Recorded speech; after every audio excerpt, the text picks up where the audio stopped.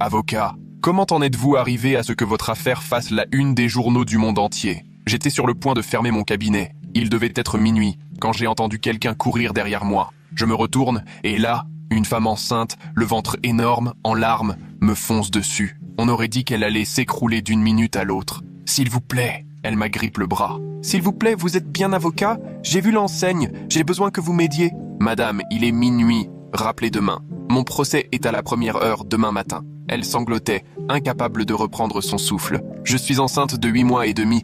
Ils veulent m'envoyer en prison. Ils vont me prendre mon bébé pour toujours. » Je me suis figé. « De quoi vous accuse-t-on ? » « Vol à main armée. J'ai volé du lait pour bébé et des couches dans un supermarché. Je dors dehors. J'avais une arme. J'étais à bout. » Elle peinait à respirer. L'avocat commis d'office m'a conseillé de plaider coupable. 3 ans de prison. Si j'y vais, je perds mon bébé. Je perds tout ce qui me donne envie de vivre. J'ai regardé son ventre, puis ma montre. Le procès était dans 9 heures. Comment vous appelez-vous? Nadia Reeves. Venez, il faut qu'on parle. On a passé la nuit entière à mon bureau. Nadia m'a tout raconté. J'ai compulsé le dossier, regardé les images de la vidéosurveillance où tout était limpide. Cette histoire sentait l'échec assuré. Mais comment laisser une femme enceinte perdre son enfant sous mes yeux? Je vais vous défendre. Le procès est à 9 heures. Essayez de vous reposer un peu. Au petit matin, on arrive ensemble au tribunal. Nadia a du mal à marcher, le ventre tendu, les traits tirés par l'angoisse. Le procureur nous voit et arbore un sourire satisfait comme s'il avait déjà gagné. Le procès démarre.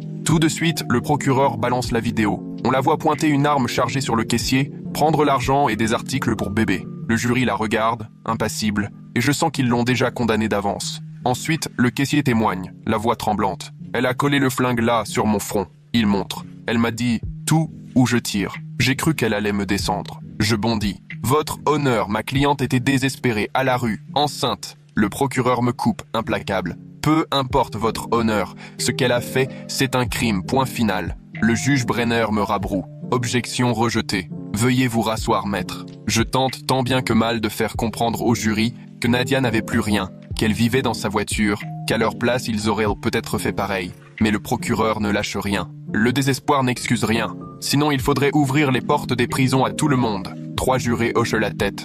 Je sens la cause perdue. Puis le procureur sort la carte fatale. Il montre l'historique de recherche de Nadia, 3 jours avant les faits. Elle a cherché les horaires des magasins, le prix de revente des couches et du lait en dépôt-vente. Preuve qu'elle avait tout prémédité, assène-t-il. Rien à voir avec un coup de panique. Je réplique. Elle essayait juste de trouver de quoi nourrir son bébé. Le procureur ne bronche pas. Être enceinte ne lave pas d'un crime prémédité. Je vois Nadia, cramponnée à son ventre, le visage décomposé. Elle sait déjà ce qui risque de lui arriver. J'appelle le docteur Kalman, spécialiste de la pauvreté et des mères à la rue, pour expliquer que Nadia n'avait aucune autre solution. Mais le procureur l'interrompt et la pousse dans ses retranchements. « Reconnaissez-vous que c'est bien un crime, docteur? Oui ou non? Oui, mais... Oui ou non? Oui, très bien, c'est tout. » Il se tourne vers le jury. « Ne vous laissez pas attendrir. Accrochez-vous aux faits. » Le jury se retire à peine 28 minutes. Jamais vu ça. Nadia, au bord de la rupture, devine déjà l'issue. Le juge Brenner revient. « Le jury a-t-il délibéré? » « Oui, votre honneur. » Verdict en main, il lit « Dans l'affaire qui oppose le ministère public à Nadia Reeves, nous, jury, déclarons l'accusé. »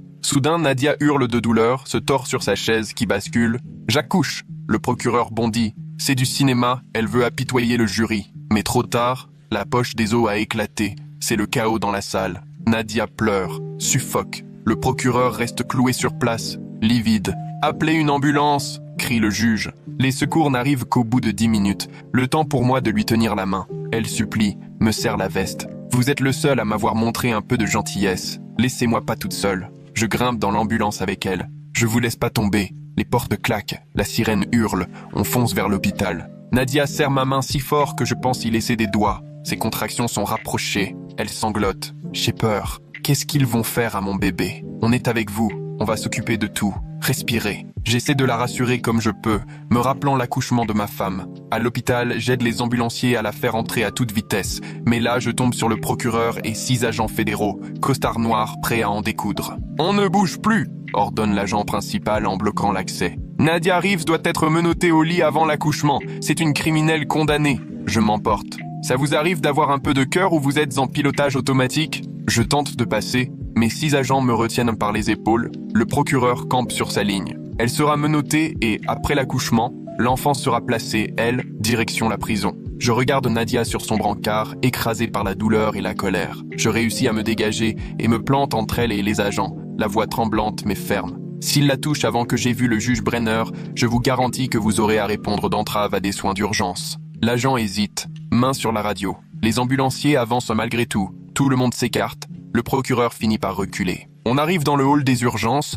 le personnel hospitalier accourt autour de Nadia, les infirmières prennent ses constantes, le médecin pose des questions en rafale. Nadia n'arrive même plus à répondre tellement elle souffre. J'attrape mon téléphone pour appeler en urgence le juge Brenner, les mains qui tremblent. Le procureur, lui, est déjà au téléphone, sûrement en train de rameuter ses supérieurs. Les 6 agents fédéraux formaient un rempart devant les portes automatiques, donnant l'impression de surveiller une criminelle dangereuse plutôt qu'une femme sur le point d'accoucher. Le juge Brenner répondit au téléphone au bout du 4e appel, la voix lasse et agacée. Il était largement passé minuit. Je résumais la situation d'une traite. Ma cliente a accouché avant même qu'on ait pu lire le verdict. Les agents insistaient pour qu'elle soit menottée au lit pendant l'accouchement. Aussitôt, le ton du juge se fit plus sec, plus incisif. Il me confirma qu'il donnait un ordre verbal immédiat, aucun moyen de contention avant une audience d'urgence prévue pour le lendemain matin. Il exigea aussi que le procureur soit mis en ligne dans la minute pour s'assurer qu'il avait bien pris acte de la décision. Pendant qu'une infirmière pressait Nadia à travers les portes battantes vers la maternité, je dus presque courir pour les suivre, tout en gardant le juge Brenner au téléphone, le haut-parleur activé pour que le procureur puisse l'entendre. La mâchoire du procureur était raide, mais il acquiesça à l'ordre temporaire du juge, non sans aussitôt recommencer à discuter. D'après lui, Nadia pouvait tenter de s'échapper, il fallait donc qu'elle reste sous contrôle, même en pleine naissance. Le juge Brenner l'interrompit net. L'urgence médicale passait avant tout. On reparlerait de la surveillance une fois le bébé né et en sécurité. L'appel prit fin au moment où nous arrivions dans une salle de triage où un médecin attendait déjà. Elle se présenta, Dr Beckwith. Sans perdre de temps, elle examina Nadia, qui pleurait et broyait les barreaux du lit dans une contraction douloureuse. Le docteur Beckwith jeta un regard appuyé à la foule qui bloquait l'entrée. Avocats et agents faisaient barrage devant la porte. D'un ton autoritaire, elle déclara qu'une seule personne serait tolérée auprès de la patiente, les autres devant patienter dans l'espace famille. Hors de question d'entamer la moindre discussion de garde ou de procédure pénale pendant l'accouchement. Le procureur tenta d'intervenir, prétextant devoir assurer la continuité de la procédure. Mais Dr Beckwith,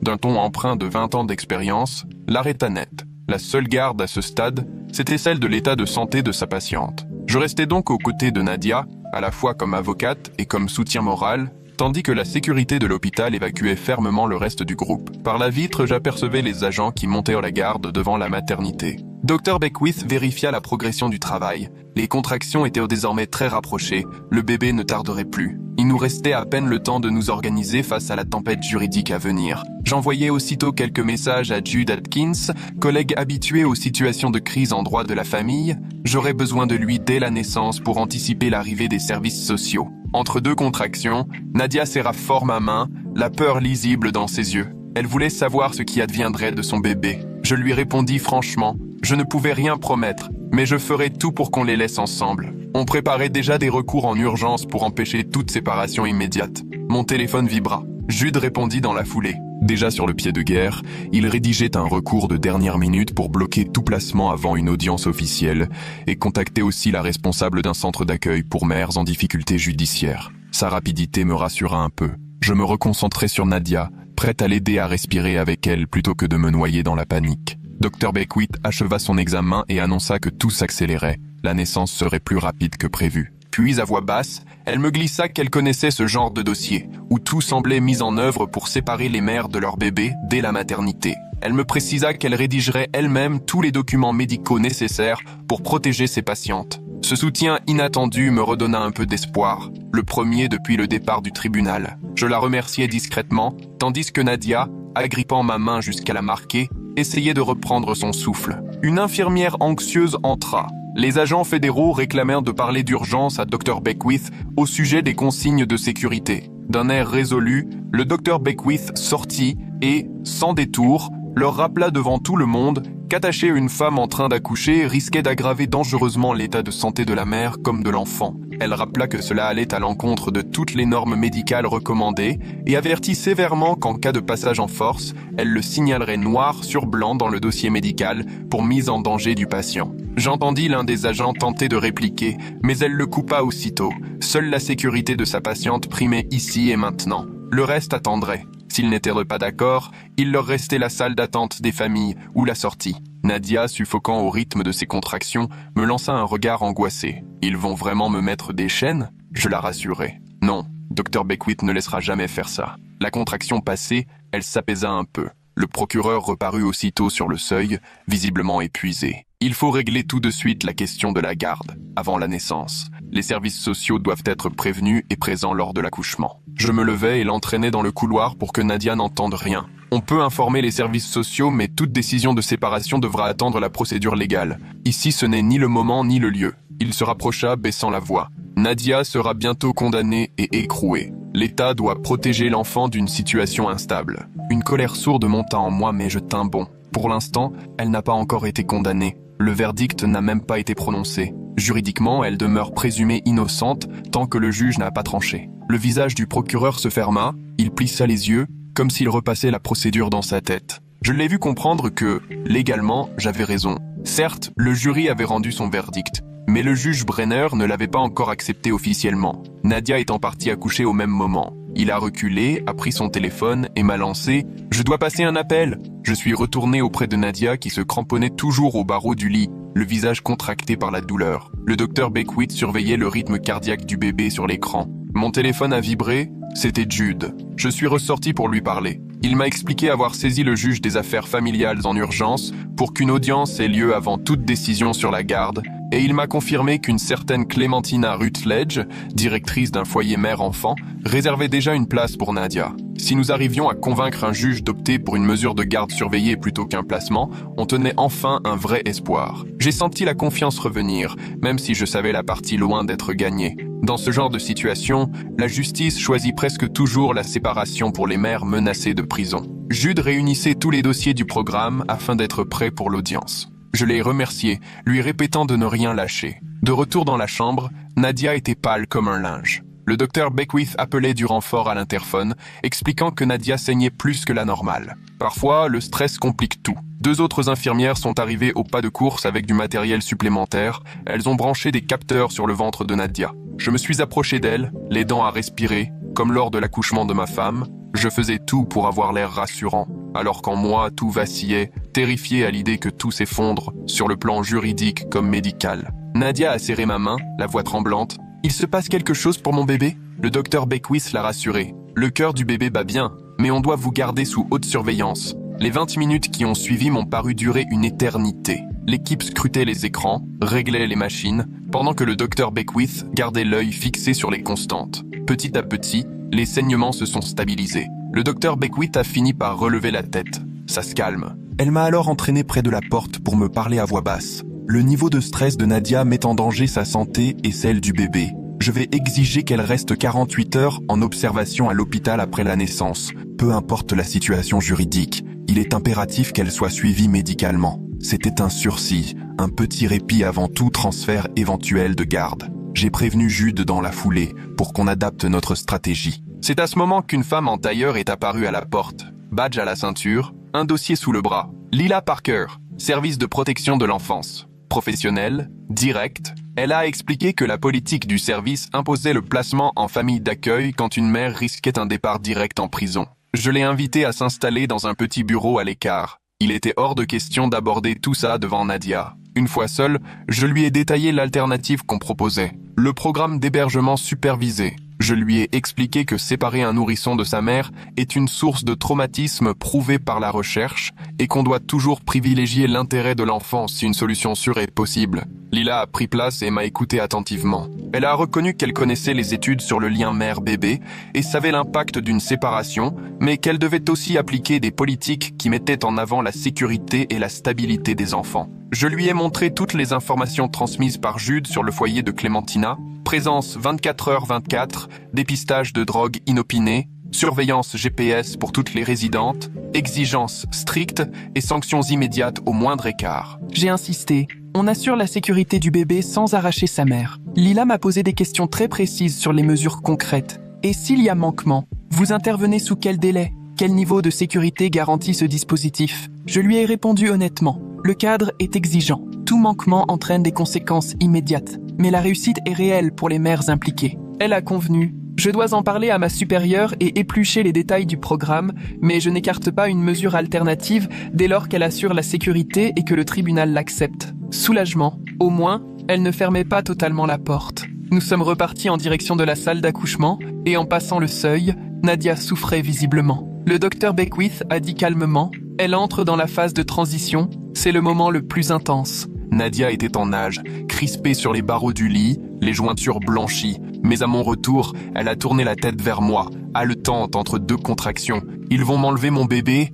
Je me suis agenouillé à côté d'elle pour qu'on soit au même niveau. J'ai murmuré, les services sociaux sont là, c'est vrai, mais on fait tout notre possible pour que vous restiez avec votre enfant. Là, l'essentiel, c'est de mettre ce bébé au monde en pleine santé. Le reste, on gérera ensemble. Nadia a fermé les yeux, acquiescé, puis une contraction est revenue, la faisant hurler. Je suis resté à ses côtés, la main dans la sienne, pendant que le docteur Beckwith guidait la poussée. C'est à ce moment-là que mon téléphone s'est remis à vibrer dans ma poche. Numéro inconnu. J'ai décroché. Une femme s'est présentée, secrétaire du juge Brenner.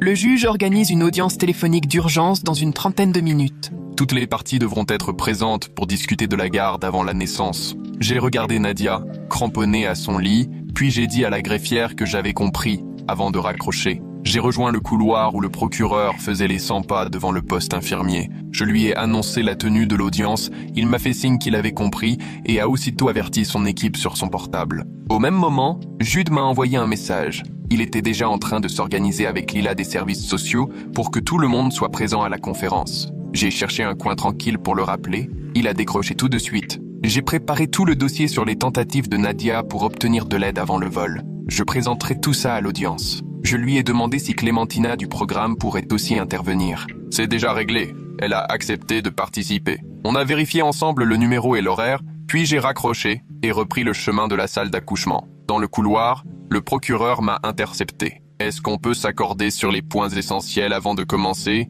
J'ai répondu, oui, Nadia a commis le vol, mais nous ne sommes pas du tout d'accord sur ce qu'il faut faire pour son bébé. Il a eu l'air un peu gêné, mais a acquiescé, chacun sachant parfaitement que tout allait se jouer dans l'audience à venir. J'ai ouvert la porte et rejoint Nadia. Le docteur Beckwith était à présent installé au pied du lit. Elle a levé les yeux. Nadia est complètement dilatée. Le bébé ne va plus tarder, certainement dans l'heure. Nadia avait le visage écarlate, inondé de sueur. Elle respirait à peine entre deux contractions. Une nouvelle vague l'a saisie. Le docteur Beckwith l'a encouragée. « Poussez !» Nadia s'est agrippée au poignet et a tout donné. Son cri a résonné dans la pièce. Je me suis précipité à ses côtés et j'ai repris sa main qu'elle a serrée si fort que j'ai cru sentir mes os plier. Puis la contraction s'est arrêtée. Elle s'est effondrée sur l'oreiller, épuisée. Elle m'a lancé un regard tellement las que j'en ai eu le cœur serré. C'est là que je lui ai parlé de l'audience qui allait bientôt commencer. Je lui ai expliqué qu'il faudrait que je sois au téléphone dans 20 minutes tout au plus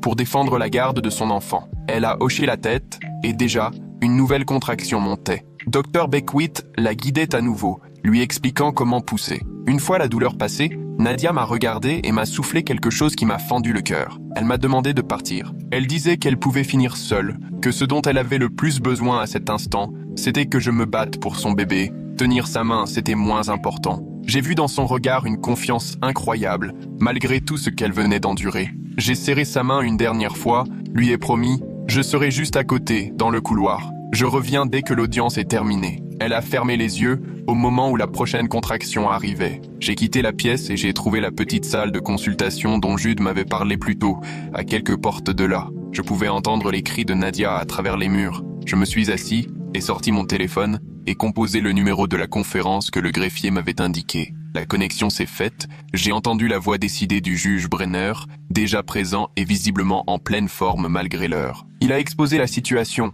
Nous étions réunis pour une audience d'urgence car l'enfant allait naître dans les prochaines heures et la question de sa garde devait être tranchée immédiatement. Il a fait l'appel, je me suis annoncé comme avocat de Nadia, puis le procureur a donné son nom et celui de son bureau. Jude est ensuite intervenu en tant que co-avocat, puis Lila, des services de protection de l'enfance, a rejoint la réunion.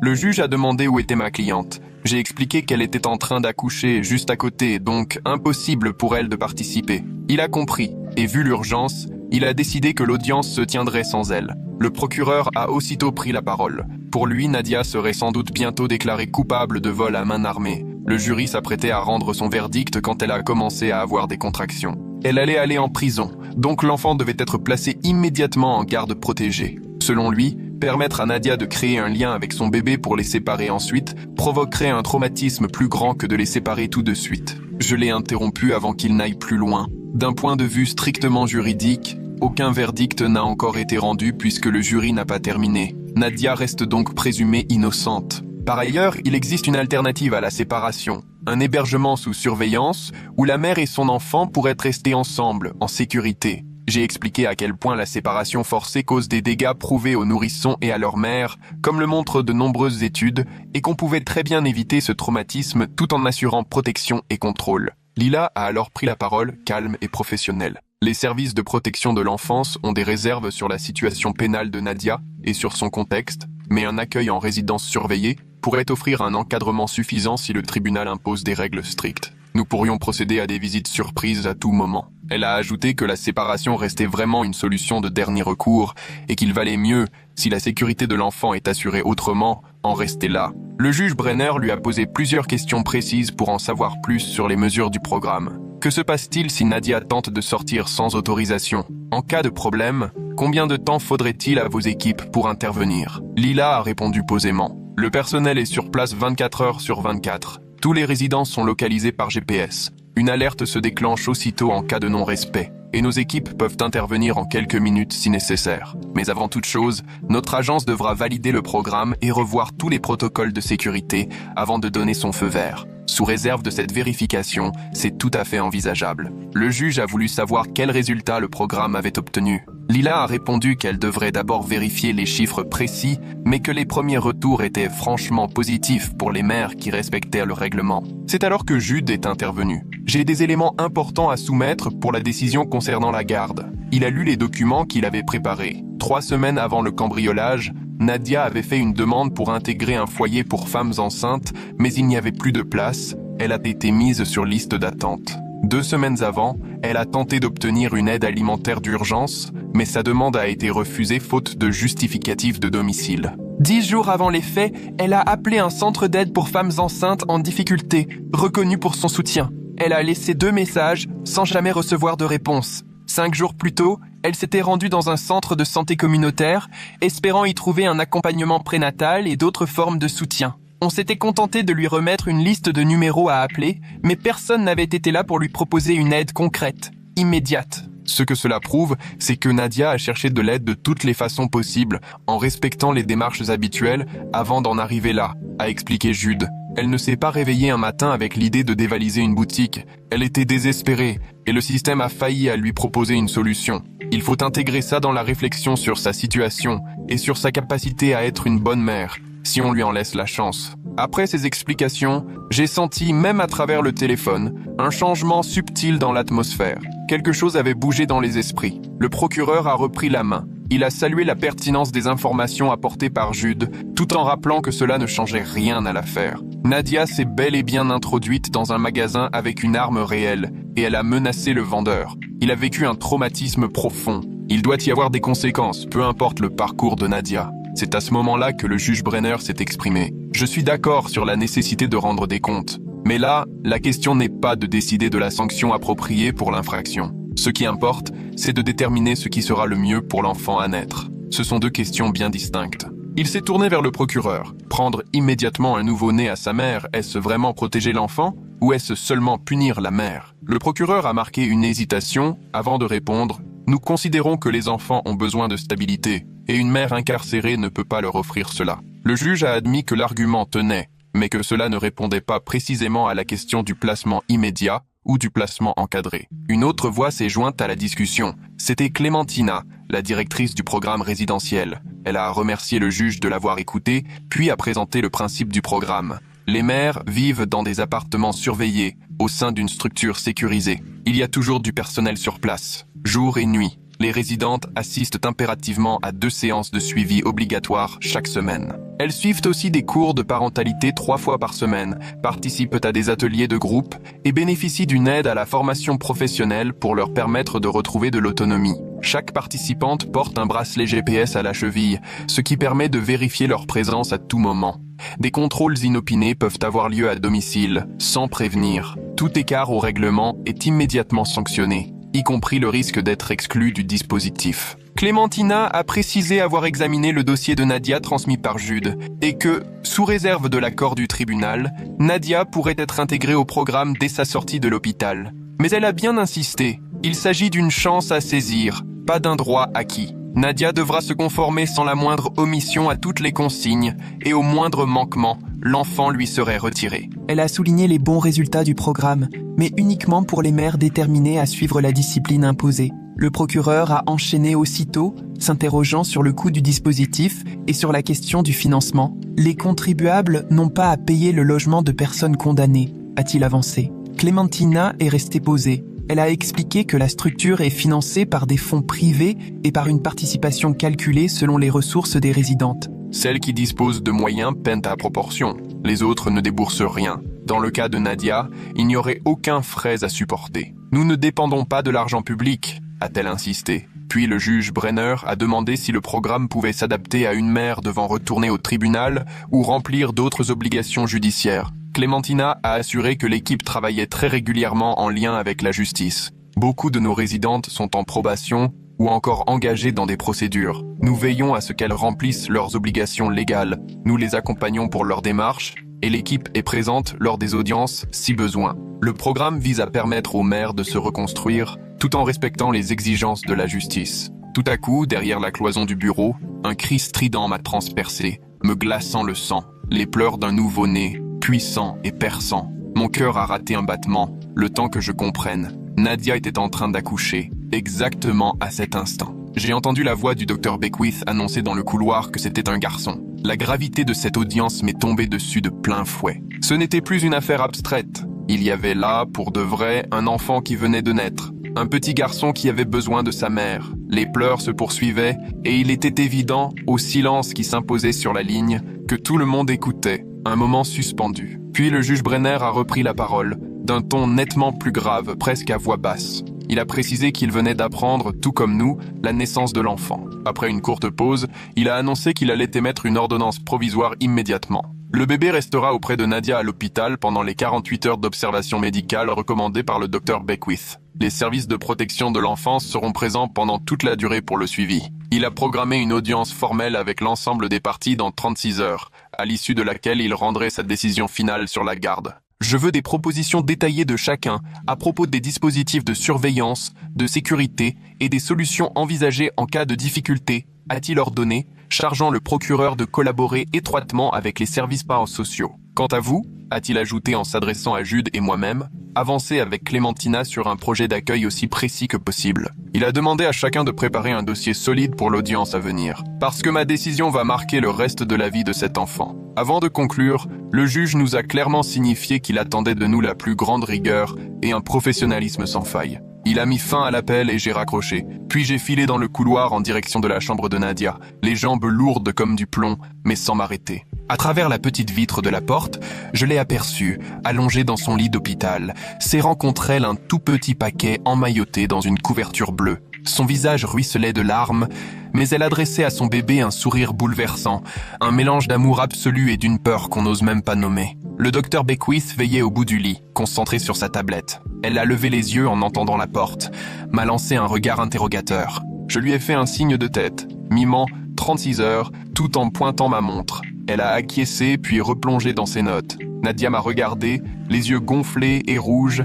ses cheveux humides collés à son front, l'air éreinté comme après une course sans fin, mais elle portait son fils avec la délicatesse qu'on aurait pour une porcelaine rare. Le bébé lançait de petits cris aigus, agitant les poings. Je me suis penché sur son minuscule visage fripé, d'un rouge intense, 3 kilos à peine, les yeux fermés, ouvrant et fermant la bouche d'un air ébahi, comme s'il essayait de comprendre ce nouvel univers. Nadia lui a effleuré la joue du bout du doigt, et de nouvelles larmes ont roulé sur ses joues. Elle est restée muette, moi aussi. Que dire dans un moment pareil? On lui avait offert un sursis, mais la vraie bataille commençait à peine. Une femme en pantalon bleu marine et chemisier blanc s'est glissée dans l'embrasure de la porte, tablette et sac en bandoulière à la main. Brune, cheveux courts, lunettes, la quarantaine. Elle a frappé le chambranle, tout en sachant que la porte était déjà ouverte. « Lila Parker, protection de l'enfance !» s'est-elle présentée, d'une voix douce. Elle avait participé à la réunion téléphonique avec le juge Brenner. Une fois entrée, elle s'est installée près du lit, expliquant calmement à Nadia qu'elle devait faire un premier point sur la situation. Nadia a hoché la tête, serra un peu plus son bébé. Lila a tiré une chaise, puis elle a commencé à poser ses questions. Comment Nadia comptait nourrir le bébé? Où elle envisageait de dormir? Qui pourrait l'aider? Son ton restait détendu, presque bienveillant, simplement professionnel, comme si elle prenait la température. Je me suis effacé contre le mur, laissant Nadia s'exprimer. Elle a répondu tranquillement, expliquant vouloir essayer l'allaitement, qu'elle savait qu'un bébé devait dormir sur le dos, qu'elle n'avait personne sur qui compter, mais espérait que le programme de Clémentina l'aiderait à s'en sortir. Pendant qu'elle parlait, le nourrisson s'agitait de plus en plus. D'un geste sûr, Nadia l'a déplacé dans ses bras, a maintenu sa tête, puis l'a posé sur son épaule, caressant doucement son dos. Un geste si spontané qu'on aurait dit qu'elle avait déjà connu ça 1000 fois alors qu'elle venait tout juste de devenir mère. Lila observait la scène attentivement tout en notant sur sa tablette. Elle a demandé si elle pouvait assister à la tétée, et Nadia a accepté. Le docteur Beckwith est revenu pour bien placer le bébé. Après quelques tâtonnements, le petit a trouvé le sein, a commencé à téter. Nadia a grimacé un instant, puis s'est détendue. Lila a regardé encore quelques minutes, prenant des notes, puis a dit à Nadia que tout se passait bien et qu'elle passerait la revoir régulièrement dans les prochaines heures. C'est à ce moment que le procureur est apparu dans l'embrasure, au moment où Lila rangeait sa tablette. L'air fatigué, cravate desserrée, veste froissée, lui aussi n'avait pas dormi. Son regard a croisé le mien. Il m'a fait signe de le suivre. J'ai soufflé à Nadia que je revenais vite et je l'ai rejoint dans le couloir, à l'écart. Il s'est passé les mains sur le visage, a laissé échapper un long soupir. Puis il m'a expliqué qu'au parquet, les appels n'arrêtaient pas. L'affaire faisait du bruit. Tout le monde parlait de cette femme qui avait accouché au cœur de son procès, de ce bébé qu'on pourrait retirer à sa mère, et l'image publique était catastrophique. Son supérieur cherchait une solution pour éviter le scandale, pour ne pas avoir à arracher un bébé à sa mère devant les caméras. Je me suis contenté de croiser les bras, attendant la suite. Il m'a alors parlé d'une éventuelle négociation, d'un accord de plaidé coupable qui permettrait de solder la procédure sans tout détruire. Un peu d'espoir a percé mon épuisement, même si j'ai gardé un ton mesuré. Je lui ai répondu que j'écoutais, mais qu'en aucun cas on ne devait priver Nadia de son enfant. Elle avait déjà tout perdu, toit, dignité, liberté, alors enlever son bébé, ce serait lui ôter sa dernière raison de se battre. Il a opiné, précisant qu'il fallait voir avec ses supérieurs, mais qu'une marge de manœuvre semblait possible, surtout après ce que Jude avait découvert. Les preuves que Nadia avait vraiment cherché de l'aide avant de voler, les dossiers d'hébergement d'urgence, les appels vers des centres, tout montrait qu'elle avait épuisé les recours légaux avant de commettre l'irréparable. Le procureur m'a expliqué que si Nadia acceptait de reconnaître les faits et d'en assumer la responsabilité, il pourrait proposer une peine non pas de prison ferme, mais une probation sévère aux conditions strictes. Je lui ai demandé de mettre tout ça par écrit pour que nous puissions étudier la proposition. Je suis retourné auprès de Nadia, qui venait de finir d'allaiter et berçait son bébé contre elle, le petit poussant de faibles grognements, tandis que le docteur Beckwith avait quitté la chambre. Nous étions seuls. Je me suis installé sur le fauteuil laissé par Lila, les coudes sur les genoux, et j'ai expliqué à Nadia qu'il nous restait 36 heures avant la prochaine audience, que le procureur avait voulu me parler à l'écart, très préoccupé par l'image renvoyée par cette histoire, mais qu'il était peut-être prêt à discuter d'une solution. Nadia a relevé la tête, son regard cerné et épuisé, et m'a demandé d'une voix abattue ce que cela impliquerait, un éventuel accord. Alors je lui ai exposé la situation du mieux que je pouvais, sans rien lui cacher. Il fallait qu'elle admette la réalité, qu'elle accepte une sanction, sans doute une mise à l'épreuve avec tout un tas de conditions, des suivis, des formations, des rendez-vous et des contrôles à l'improviste. Elle devrait habiter chez Clémentina, dans un cadre très strict, sous surveillance permanente. Mais l'avantage, c'est que ça nous permettrait peut-être d'avoir davantage la main sur la suite, plutôt que de laisser un jury décider à notre place. Le verdict serait quasiment à coup sûr défavorable, on le savait toutes les deux. La vraie question, c'était l'après. Je lui ai expliqué qu'un accord négocié représentait très certainement sa meilleure chance de pouvoir garder son enfant avec elle. Elle n'a pas répondu tout de suite, elle a simplement posé les yeux sur le petit visage de son fils, paisible, paupières fermées, bouche entr'ouverte. Il paraissait d'une innocence totale. Après un certain temps, elle a fini par prendre la parole, d'une voix faible mais déterminée. Elle a reconnu les faits, elle ne cherchait pas à se voiler la face. Oui, elle avait pointé une arme. Voler de l'argent, c'était indéfendable, quoi qu'il en soit. Mais perdre son bébé, c'était au-dessus de ses forces. Il était toute sa vie, la seule chose qui lui donnait envie de se battre encore, la seule réussite dont elle était fière. Je lui ai promis qu'on ferait toujours passer leur lien avant tout dans nos décisions, que je mènerais chaque bataille pour qu'ils restent ensemble. Nadia s'est repliée dans le silence, ses yeux rivés sur son fils comme si elle voulait graver chaque trait dans sa mémoire. La petite courbe du nez, les sourcils minuscules, la façon dont ses doigts se crispaient en points. Le temps s'est écoulé, rythmé seulement par la respiration du bébé et les bruits feutrés des appareils médicaux alentour. Et puis, Nadia a dit qu'elle accepterait l'accord si cela lui donnait ne serait-ce qu'une chance, même infime, de ne pas être séparée de son fils. Pour elle, tout valait mieux que de le perdre à coup sûr. Elle était consciente des contraintes, elle savait que la moindre erreur lui coûterait tout, mais elle était prête à s'y soumettre, à tout faire, suivre toutes les règles, assister à chaque rendez-vous, peu importe ce qu'on exigerait d'elle. Je lui ai promis de négocier pour des conditions tenables, de refuser tout ce qui pourrait n'être qu'un piège. Nadia a hoché la tête et embrassé tendrement la tête de son petit garçon. Elle m'a alors demandé comment elle pourrait l'appeler. J'ai esquissé mon premier sourire depuis des heures en lui assurant que ce choix n'appartenait qu'à elle. Elle m'a dit qu'elle pensait à Eric, parce que ça veut dire fort et courageux, deux qualités dont elle voulait que son fils hérite et dont elle aurait elle-même bien besoin désormais. Le docteur Beckwith est passé environ 1 heure plus tard pour examiner Nadia et le bébé, prendre la tension, la température, vérifier le poids. Elle a confirmé que tout allait pour le mieux, vu les circonstances. État stable, récupération satisfaisante, le bébé tétait bien, le saignement de Nadia restait normal. Ensuite, elle m'a brièvement entraîné dans le couloir et m'a confié qu'elle étoffait ses rapports médicaux pour souligner l'intérêt crucial, d'un point de vue scientifique, de ne jamais séparer une mère de son nourrisson juste après la naissance. Les études ne laissaient aucun doute. La séparation génère du stress des deux côtés, perturbe l'allaitement, l'attachement, le développement. Elle consignait chaque détail en vue d'un futur recours au tribunal, pour être certaine d'avoir des arguments solides, si la séparation était envisagée contre l'avis médical. Je l'ai remerciée de ne pas se contenter de soigner, mais de se battre pour Nadia, là où elle en avait besoin. Elle m'a confié avoir vu trop de situations où le système appliquait les règlements à la lettre sans réfléchir à l'intérêt véritable de l'enfant, et qu'elle refuserait de s'y soumettre si elle pouvait l'éviter. Puis elle est repartie en consultation. Mon téléphone a vibré dans ma poche, le nom de ma femme s'est affiché à l'écran. J'étais parti toute la nuit sans donner d'explication très claire. Je me suis réfugié dans une salle vide à l'écart, puis j'ai décroché. Elle m'a demandé où j'étais, si tout allait bien, et je pouvais entendre l'inquiétude dans sa voix. Ce ton qu'elle essaye de masquer mais qui transparaît quand même. Je lui ai raconté que j'étais à l'hôpital, que ma cliente, celle que j'avais évoquée, venait d'accoucher au milieu de son procès, que je ne l'avais pas lâchée pendant le travail, et que maintenant, on luttait sur les deux fronts, la garde face aux services sociaux, le plaidoyer avec le procureur. Elle était restée silencieuse une seconde, puis elle a demandé si je ne m'investissais pas un peu trop, si je n'étais pas en train de franchir des limites professionnelles. Elle sait repérer quand une affaire me touche plus qu'une autre. Je n'avais pas de réponse toute faite à lui donner. Elle m'a confié qu'elle s'inquiétait de me voir m'impliquer à ce point, de craindre que l'émotion prenne le pas sur le recul. Mais elle me l'a dit sans agressivité, comme une évidence triste, parce qu'elle savait ce que cette situation réveillait chez moi. Le souvenir de nos propres peurs, quand elle-même avait eu des complications à la naissance de notre aîné,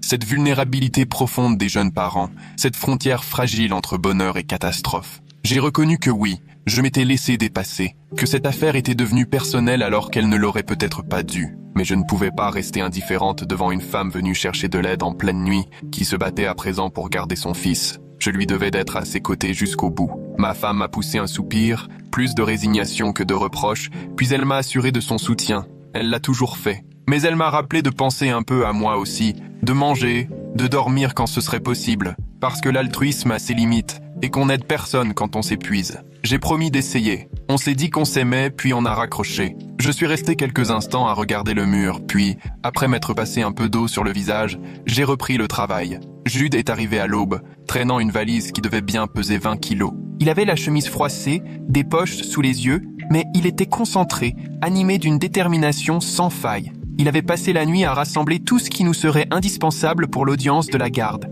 Nous avons déniché une salle de réunion vide et étalé tous les documents sur la table. Jugements, descriptifs de programme, études, attestations de moralité. Petit à petit, on a bâti un dossier solide, prêt à répondre à la moindre question du juge ou de l'aide sociale à l'enfance. Sécurité, gestion des risques, tout était passé en revue. Et si Nadia ne respecte pas les règles, comment le programme interagirait-il avec la probation et le juge aux affaires familiales ? Quel type de contrôle serait instauré? Jude s'était déjà entretenu avec 3 femmes qui avaient réussi à s'en sortir grâce au programme de Clémentina. Des mères confrontées à la justice, mais qui s'étaient ressaisies sans perdre la garde de leurs enfants. Il avait recueilli leurs témoignages. Pendant ce temps, de mon côté, je m'appliquais à développer les arguments juridiques pour montrer pourquoi la séparation serait néfaste pour le bébé et en quoi une garde sous surveillance protégerait davantage l'intérêt de tous que le placement en famille d'accueil. On a écrit, réécrit, trié, reclassé. Au lever du soleil, notre dossier couvrait chaque détail possible. Il ne restait plus qu'à espérer qu'il serait à la hauteur. Vers 10 heures, le procureur a fait irruption dans la salle, talonné par un homme d'âge mûr tiré à 4 épingles, qui s'est présenté comme le superviseur du district. Ils se sont installés en face de Jude et moi, sortant leurs dossiers et carnets comme s'ils prenaient possession des lieux. Très vite, le procureur s'est lancé dans ses propositions. Un deal sur une tentative de vol aggravée par la présence d'une arme, reconnaissance de culpabilité contre une peine couverte par la détention déjà effectuée, assortie de probation, séjour en centre résidentiel, suivi psy, remboursement du commerçant, contrôle régulier des agents de probation et passage fréquent des travailleurs sociaux de l'ASE. J'écoutais attentivement, notant chaque condition, essayant d'évaluer à quel point cela compromettait les espoirs de Nadia de garder son enfant. La mention de l'aggravation liée à l'arme m'a glacé. Je savais qu'elle impliquait des peines minimales, la prison inévitable même si le juge voulait l'éviter. J'ai posé mon stylo, regardé droit le superviseur et expliqué que c'était un point impossible. L'aggravation contraindrait le juge Brenner à envoyer Nadia derrière les barreaux, alors qu'il ne s'agissait pas d'une criminelle dangereuse, mais d'une mère à la rue, enceinte, qui avait volé du lait pour nourrisson. Les circonstances comptaient. Le superviseur s'est reculé dans son fauteuil, l'air pensif, puis a échangé un regard avec le procureur avant de revenir vers moi. Il pouvait supprimer la circonstance aggravante à condition que Nadia reconnaisse le vol simple et accepte 5 ans de probation stricte. Tolérance 0. 5 ans sous surveillance permanente, une seule faute, et c'était la prison, la perte définitive de son enfant. Mais c'était au moins une chance, si mince soit-elle. 2 heures durant, nous avons passé au peigne fin chaque détail de cette probation.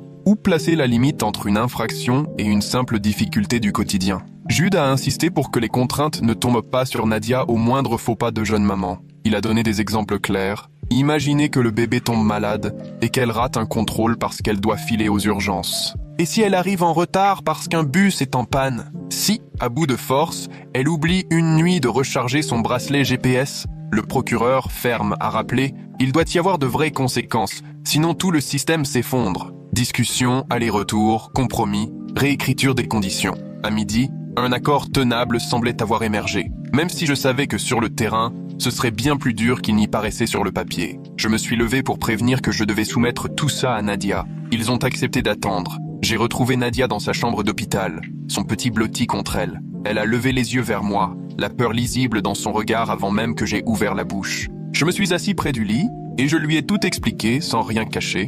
La condamnation qui resterait sur son casier à vie, 5 ans de probation où la moindre erreur pouvait tout faire basculer, le remboursement alors qu'elle n'a pas un sou, la vie sous surveillance au foyer de Clémentina avec des contrôles à n'importe quelle heure, le bracelet GPS à la cheville, les dépistages de drogues inopinées, les visites inopinées des travailleurs sociaux, les obligations d'assister à des ateliers et des séances de suivi, aucune liberté, aucune marge de manœuvre, aucun droit à l'erreur. Elle a écouté sans broncher, caressant doucement le dos minuscule de son bébé. Lorsque j'ai terminé, elle n'a posé qu'une question. Est-ce que ça veut dire que je pourrais garder mon bébé? Je lui ai dit la vérité. Rien n'était garanti. La décision finale appartenait toujours au tribunal de la famille. Mais au moins, cet accord levait la menace immédiate de la prison et lui permettait de prouver qu'elle pouvait être mère, même sous contrôle. Une chance, pas une promesse. Elle a doucement hoché la tête, les yeux fixés sur son fils. « J'accepte », a-t-elle murmuré. Pour elle, même une toute petite chance de rester avec son enfant valait mieux que la certitude de le perdre. Puis nous sommes repartis ensemble vers la salle de réunion, elle dans son fauteuil, son bébé endormi contre elle. À notre entrée, tout le monde s'est levé. Nadia a officiellement accepté l'accord. Le procureur a confirmé que son bureau soutiendrait cette solution devant le juge Brenner et auprès du tribunal de la famille. J'ai été surpris par sa souplesse, mais je pense que la présence du bébé avait touché tout le monde. Il y avait vraiment, ce jour-là, la volonté de ne pas séparer une mère de son enfant. L'après-midi, on a organisé une visioconférence depuis la chambre d'hôpital de Nadia. J'ai installé un ordinateur portable sur la table roulante, tandis que Nadia, appuyée contre ses oreillers, gardait son fils dans les bras. Le juge Brenner est apparu à l'écran, visage fermé. Il a lu l'accord de plaidoyer dans le détail, page après page, alors que nous attendions en silence. Finalement, il a regardé Nadia en face, via la caméra, et lui a demandé si elle comprenait ce qu'on attendait d'elle. Il a vérifié si quelqu'un l'avait influencée ou forcée à accepter cet accord. Nadia a pris la parole, la voix calme et posée, même si la fatigue marquait ses traits. Elle a assuré comprendre toutes les conditions et accepté sans hésiter de porter la responsabilité de ses gestes. Elle a expliqué qu'elle acceptait l'accord parce qu'elle voulait rester auprès de son fils, continuer à être une mère pour lui. Le juge Brenner l'a longuement observé à travers l'écran, gardant le silence. Finalement, il a annoncé qu'il validait l'accord, tout en ordonnant une évaluation sociale préalable à la condamnation. Il exigeait des informations très précises sur le programme résidentiel avant de trancher définitivement. Sans perdre de temps, l'audience devant le juge des affaires familiales a démarré. Le juge Conway est apparu à l'écran depuis son bureau. Une autre personne, un autre style. Lila a présenté le rapport de l'aide sociale à l'enfance, précisant que malgré de réelles inquiétudes sur la situation de Nadia, le programme offrait un vrai cadre. Son service était prêt à soutenir une période d'observation durant laquelle Nadia garderait son fils sous surveillance rapprochée. Clémentina a rejoint la visio pour détailler le quotidien du programme. Cours de parentalité chaque matin, accompagnement individuel 2 fois par semaine, séances de groupe, appui à la formation professionnelle. Le personnel veillait sans relâche, de jour comme de nuit. Elle a expliqué que les mères logeaient dans de petits appartements au sein du centre, surveillés à tout moment, avec des contrôles réguliers. Un bracelet GPS fixé à la cheville déclenchait une alerte dès que l'on quittait la zone autorisée. Le dispositif était strict, la surveillance omniprésente, mais cela permettait aux mères de rester avec leur bébé en toute sécurité. Le juge Conway s'est alors approché de l'écran plus grave. Il a demandé ce qui arriverait si Nadia ne respectait pas le règlement ou si l'aide sociale à l'enfance considérait que l'enfant courait un danger. Clémentina a expliqué que dans ce cas, le personnel retirerait immédiatement l'enfant, n'hésitant pas à faire intervenir la police si nécessaire. Le juge a acquiescé lentement, puis s'est tourné vers Nadia. Il lui a demandé si elle réalisait que c'était sa seule chance et rappelé qu'au moindre écart, elle perdrait la garde de son fils. Son ton restait ferme, sans froideur ou agressivité. Nadia a serré son bébé fort contre elle. Sa voix tremblait, mais elle a déclaré, les yeux rivés sur la caméra, qu'elle avait parfaitement compris. Elle a promis d'obéir strictement à toutes les règles. Elle a ajouté que son enfant était devenu sa priorité absolue. Les larmes ont coulé sur sa joue, mais elle n'a pas détourné le regard. Je crois avoir vu le visage du juge Conway se radoucir un instant. Il a perçu tout l'amour maternel de Nadia. Il a annoncé qu'il prenait 15 minutes pour réfléchir à sa décision. L'écran s'est éteint et nous sommes restés là dans un silence tendu. Nadia tremblait. Je lui ai mis la main sur l'épaule, lui soufflant qu'elle avait été admirable. L'attente a paru interminable, alors qu'il ne s'était écoulé qu'un quart d'heure. Enfin, l'image du juge Conway est réapparue. Il a annoncé la mise en place d'une ordonnance de garde temporaire. Nadia pourrait garder son fils à condition de rejoindre sans détour le programme de Clémentina en sortant de l'hôpital, de respecter à la lettre le règlement, d'accepter des points réguliers avec l'aide sociale à l'enfance chaque semaine, ainsi que des visites inopinées à tout moment. Il a fixé une audience de suivi 60 jours plus tard, précisant que l'ordonnance pourrait être immédiatement modifiée au moindre incident. Un immense soulagement a parcouru la pièce, mêlé d'anxiété, car chacun savait que Nadia allait désormais vivre sous surveillance rapprochée et qu'à la moindre faute, tout pouvait basculer. Le docteur Rebecca With est passé après coup, examinant Nadia et le bébé, puis me prenant à part, m'avouant à voix basse combien elle était fière de notre travail. Elle m'a confié qu'elle avait trop souvent vu des mères séparées de leur bébé, alors qu'une solution encadrée aurait pu maintenir la famille unie, en sécurité. Ces mots m'ont touché. Elle, qui affronte ce genre de situation au quotidien. Ce soir-là, je suis resté assise sur une chaise près du lit de Nadia, pendant qu'elle donnait le sein à son fils. Nous avons parlé de ce qui l'attendait dans les prochains mois. Elle avait peur, naturellement, mais je lisais toute sa détermination dans ses yeux. Elle m'a demandé si je resterais son avocate pendant la période de probation et lors des prochaines audiences, ce à quoi je lui ai répondu que j'étais là pour elle, aussi longtemps qu'elle aurait besoin de moi. Je lui ai toutefois expliqué, tout en douceur, que le plus difficile restait entre ses mains et qu'il lui faudrait maintenant prouver sa valeur. Mon aide ne suffirait que si elle remplissait sa part. Elle a acquiescé m'assurant qu'elle avait compris. La sécurité de l'hôpital avait déclaré l'incident avec les fédéraux dans leur rapport et les agents avaient fini par quitter l'établissement une fois les directives du juge Brenner tombées, confirmant qu'il n'avait aucun droit sur la garde de l'enfant. Le procureur a fait un passage rapide dans la chambre de Nadia avant de partir, jurant que son service suivrait la situation de près, tout en espérant que cette solution fasse ses preuves. Il a reconnu que personne ne souhaitait voir un bébé séparé de sa mère tant qu'on pouvait garantir sa sécurité autrement. Ces mots m'ont surprise, mais je les ai appréciés. 2 jours plus tard, Nadia a reçu l'autorisation de quitter l'hôpital. Je l'ai conduite, elle et son fils, jusqu'au foyer de Clémentina, installé dans un ancien immeuble de quartier tranquille, surveillé par des caméras à tous les étages. Les bureaux du personnel occupaient tout le rez-de-chaussée. Clémentina nous a accueillis chaleureusement, mais est restée très stricte lors de la présentation du règlement. Elle a tout passé en revue, expliqué le moindre point, insisté sur l'importance de s'y conformer, détaillant les conséquences en cas d'écart. Elle a montré à Nadia le bracelet GPS qu'elle devrait porter à la cheville, puis lui a remis l'emploi du temps des ateliers et les rendez-vous avec les référents. Nadia a tout écouté attentivement, n'hésitant pas à poser des questions. Nous sommes montés au 3e étage par l'ascenseur, avons parcouru un long couloir jusqu'à l'appartement 3C. Clémentina a ouvert la porte,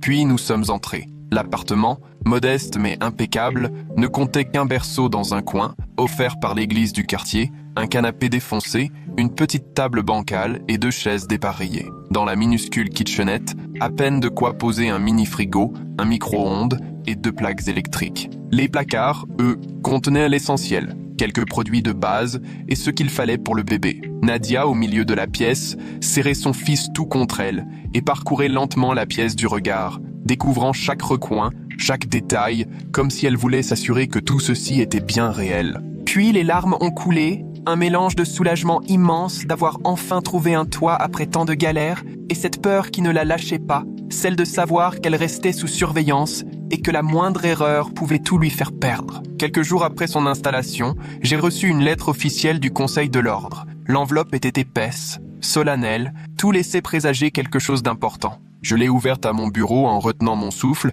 et j'ai découvert qu'on m'accusait d'avoir été trop offensive avec les agents fédéraux à l'hôpital. Apparemment, certains estimaient que j'avais dépassé les bornes pour défendre la cause de ma cliente. On m'imposait une formation de remise à niveau sur l'éthique professionnelle. À la lecture, la pression m'a saisi à l'estomac. J'avais conscience d'être monté dans les tours, mais, sur le moment, il était hors de question que Nadia soit privée d'un accès aux soins. J'ai aussitôt pris contact avec le conseil et obtenu un rendez-vous la semaine suivante. Face à 2 avocats, dans une salle impersonnelle, j'ai expliqué les faits sans rien dissimuler. Oui, j'avais laissé mes émotions prendre le dessus, mais j'ai rappelé le contexte. Nadia au bord d'accoucher, des agents qui voulaient l'empêcher d'entrer à l'hôpital, et ma certitude absolue que la priorité était la santé de ma cliente avant toute autre considération administrative. Ils ont écouté sans broncher. Lorsqu'ils ont délibéré à voix basse, la tension était palpable. Finalement, ils m'ont signifié que j'écoperais d'un avertissement officiel et que j'aurais 60 jours pour suivre la fameuse formation. J'ai accepté, estimant cette décision cohérente au vu de la situation. J'avais certes bousculé les règles, mais je ne regrette rien et je recommencerai pour défendre une cliente en détresse. 2 semaines plus tard, j'étais au tribunal pour l'audience de Nadia. Le caissier, visiblement mal à l'aise dans sa chemise repassée et son pantalon clair, a rejoint la barre sur un signe du juge Brenner et a lu d'une voix tremblante comment Nadia l'avait menacé lors du braquage, sa peur de mourir, les cauchemars persistants. Mais son ton a changé quand il a confié être père de 2 enfants lui aussi, qu'il ne souhaitait pas qu'un petit grandisse sans sa mère si une alternative existait. Il s'est dit favorable à ce que Nadia puisse garder son fils, à condition qu'elle rembourse la somme volée et assume ses actes. Le procureur est resté stupéfait et j'ai vu le juge Brenner acquiescer. Nadia, bouleversée, tenait son bébé sur les genoux à côté de moi. Le juge lui a demandé de se lever. Elle s'est dressée, son fils dans les bras, sous le regard grave du magistrat. Il lui a dit qu'elle bénéficiait d'une chance inouïe, d'une indulgence rarissime pour sa situation. Peine considérée comme purgée, mais 5 années de probation très stricte, avec toutes les conditions durement négociées, placement en structure, suivi psychologique, remboursement, contrôle impromptu, bracelet de géolocalisation. Il a ajouté qu'il suivrait personnellement sa progression à chaque audience et qu'au moindre faux pas, ce serait la prison immédiate. Pourtant, il lui a souhaité sincèrement de saisir cette chance pour bâtir enfin quelque chose de solide avec son fils. Nadia a hoché la tête, émue, et l'a remercié dans un souffle à peine audible. On a quitté la salle d'audience et je l'ai raccompagnée à son centre d'hébergement. Le lendemain, elle s'est attelée à sa nouvelle routine. atelier de parentalité tous les matins, de 9 à 11, où une animatrice lui montrait les gestes du quotidien, comment bien tenir son bébé, vérifier la couche, apprendre à décrypter tel ou tel type de pleurs. Nadia notait tout, posait 1000 questions. Après le repas, elle avait 2 séances par semaine avec une thérapeute en traumatologie. Et les après-midi restants, elle restait dans son petit appartement avec son fils, pendant que le personnel passait régulièrement contrôler que tout se passait bien. Elle était sur les rotules, le petit se réveillait toutes les 2 heures chaque nuit, il fallait garder l'appartement impeccable pour des inspections à l'improviste. Elle participait à des groupes de parole entre mères du programme. Malgré l'épuisement, jamais elle n'a esquivé un atelier ou un rendez-vous, apprenant à apprivoiser sa nouvelle vie de mère tout en gérant le poids de son passé récent. 3 semaines après son arrivée, Lila a débarqué sans prévenir à 7 heures du matin, frappant à la porte. Nadia est allée ouvrir, le bébé dans les bras. Lila a inspecté chaque recoin, vérifié le frigo, les placards, le berceau, les affaires du petit. Elle s'est installée, a observé Nadia changer la couche, la tétée, a interrogé la jeune mère sur l'organisation de ses journées, prenant des notes sur sa tablette. L'appartement était nickel, le bébé avait bonne mine.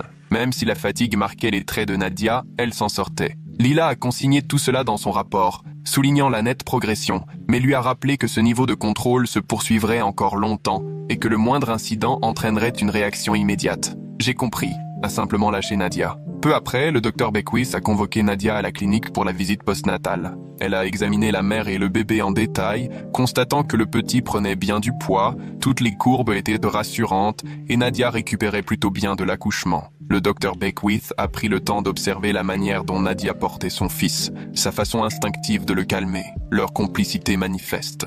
Elle a noté dans le dossier qu'il était évident, pour le bien-être de l'un comme de l'autre, qu'ils restent ensemble. Avant de repartir, la médecin a chaleureusement félicité Nadia pour ses efforts et l'a encouragée à ne rien lâcher. 60 jours après que le juge a statué sur la garde, nous nous sommes tous retrouvés devant le juge Conway pour une première audience de suivi. Je me suis installé près de Nadia dans la salle. Lila a ouvert la séance en présentant son rapport. Nadia avait parfaitement respecté toutes les exigences. L'appartement était impeccable, le bébé en pleine forme, aucune infraction à signaler. Ensuite, Clémentina est revenue sur l'implication de Nadia dans le programme. Présence sans faute, participation active aux ateliers, respect du règlement à la lettre. Le procureur a confirmé que les remboursements avaient débuté comme prévu. Le juge Conway a lancé un regard approbateur à Nadia et s'est dit satisfait de ses progrès. Mais il a bien insisté sur le fait que la surveillance restait très stricte. Il a fixé la prochaine audience dans 3 mois, en maintenant toutes les conditions inchangées. Quelques semaines plus tard, j'organisais une table ronde réunissant plusieurs associations. Le procureur y participait. Le thème portait sur l'incarcération des mères et la recherche d'alternatives. Il y avait une trentaine de personnes, des travailleurs sociaux, des avocates, des anciennes détenues. Le procureur s'est d'abord installé discrètement au fond de la salle. Mais dès que la question du traitement réservé par la justice aux femmes enceintes et aux jeunes mères a été soulevée, il a tenu à prendre la parole. Il n'a pas cherché à se justifier d'avoir poursuivi Nadia, mais il a partagé ce que cette affaire lui avait appris. Parfois, les solutions toutes faites ne sont pas les plus justes. Garder une famille unie, lorsque c'est possible et sans risque, peut mieux servir la justice qu'une séparation imposée. Le débat a été réel, riche, respectueux, même si, devant le tribunal, nous étions habituellement adversaires. 3 mois après que Nadia m'a agrippé devant mon bureau, en pleine nuit, mon téléphone s'est mis à vibrer. Un message. C'était Nadia. Une photo est apparue sur l'écran. Son fils souriait pour la première fois. Son visage rayonnait de bonheur. Elle écrivait « Merci d'avoir cru en elle alors que personne d'autre ne l'a fait. » J'ai répondu tout de suite « Bravo pour cette étape ». Mais je lui ai également rappelé que dès demain, une nouvelle série de contrôles et de démarches l'attendait. La lutte était loin d'être finie. Je suis resté un moment à contempler cette photo sur mon bureau, pleinement consciente que nous avions réussi à éviter la séparation programmée d'une mère et de son bébé. Parfois, se battre pour une seule femme change tout le reste. Pourtant, je savais que les 3 prochains mois seraient tout aussi difficiles que les précédents. Nadia avait encore des années de mise à l'épreuve devant elle, à vivre sous une vigilance constante, scrutée dans ses moindres gestes. Une seule erreur pouvait tout remettre en question.